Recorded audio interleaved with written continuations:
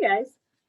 So this topic is basically multiplying polynomials, and it's broken into 3 different sections, but really I feel like they're all kind of the same. And so this is, homework for week number 2. All right, so we'll start out simple with just a little bit of a review. So this is just a monomial multiplied by a monomial.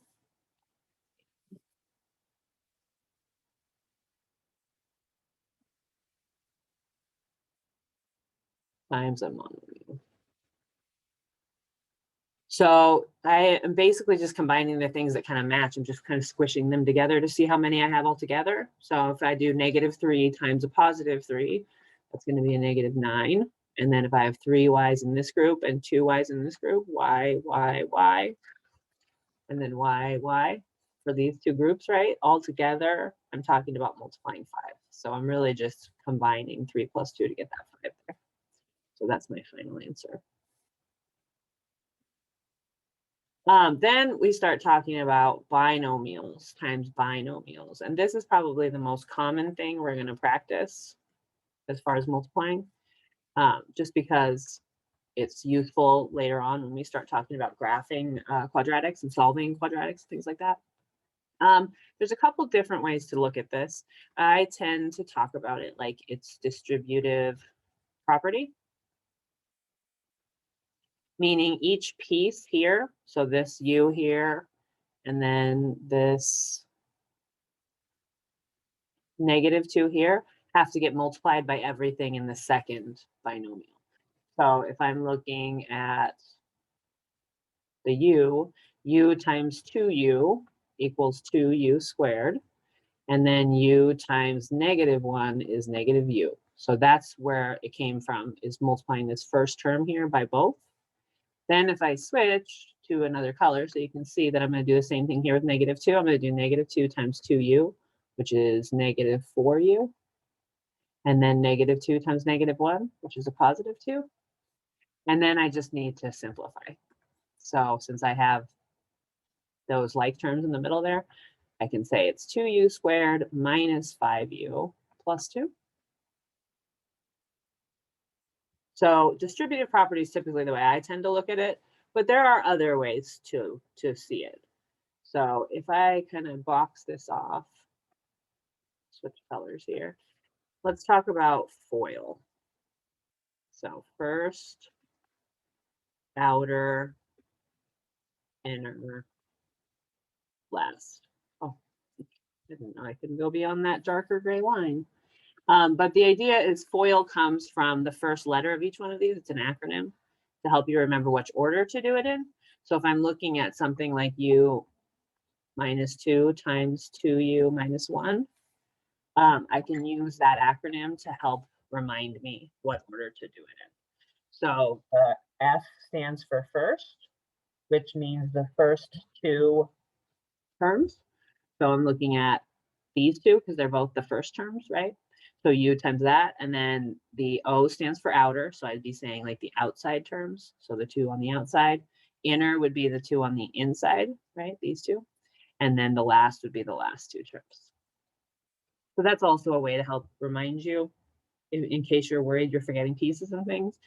And then in class, I also talked about using this method with a box method, or I had a student ask if it was lattice, which probably coincides with like the kind of multiplication maybe you learned in elementary school.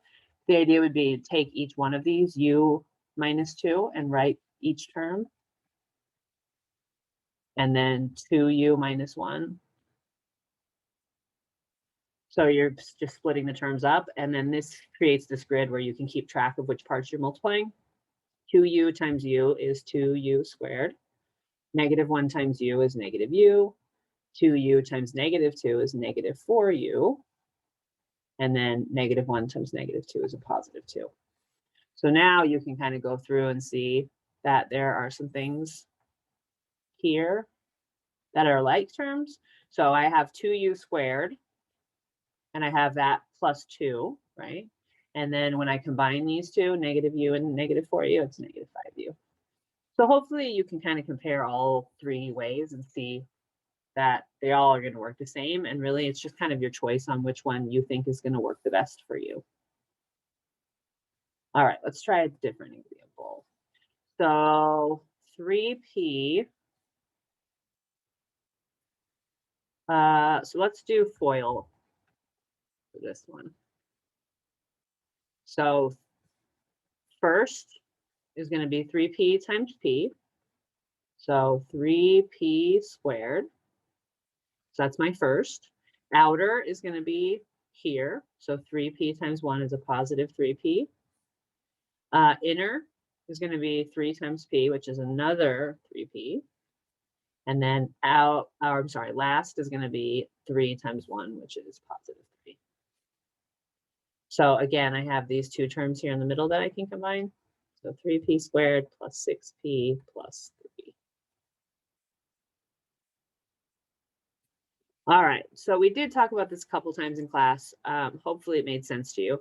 This square here is basically saying that you're going to take two things and multiply it by itself, right? Or one thing and multiply it by itself twice. And the thing you're multiplying is what's here, z plus 4. So really, this is z plus 4 times z plus 4. And then this is just what we've been doing, right?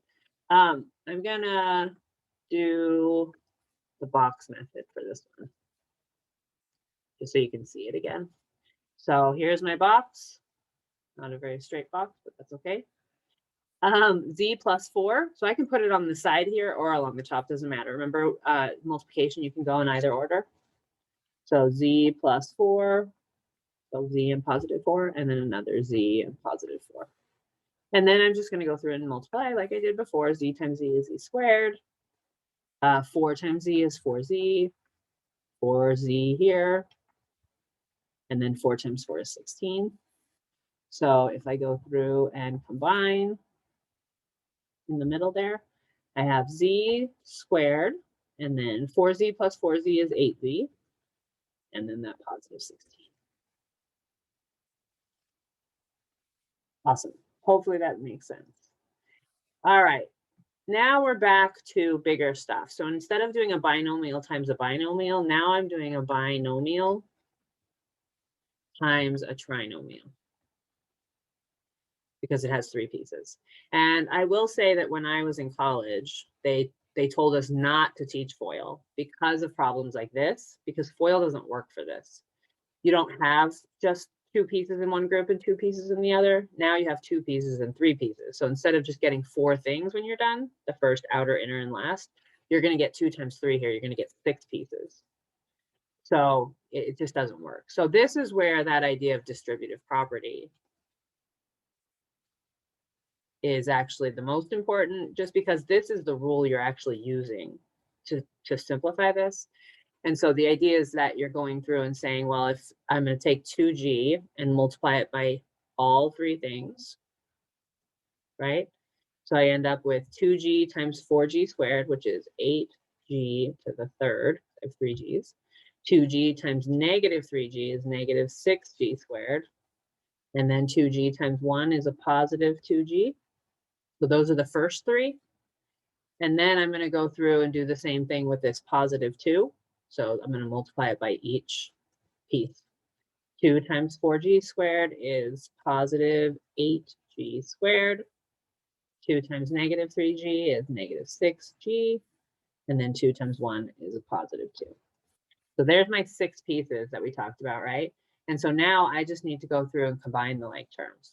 There's only one 8g, or I'm sorry, only one g to the third power, which is, there's 8 of them. So I'm going to write that down. So that's gone. I have negative 6g squared and a positive 8g squared, which negative 6 plus 8 is a positive 2g squared.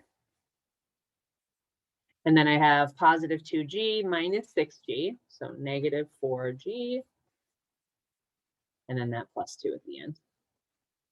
So this is my simplified answer.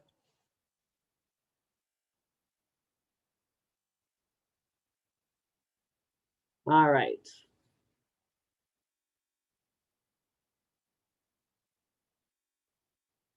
This was in one of the sections when I got into the 90 level, so I just figured I'd show you how the setup is, but it's asking you to find the area. And if this is a parallelogram,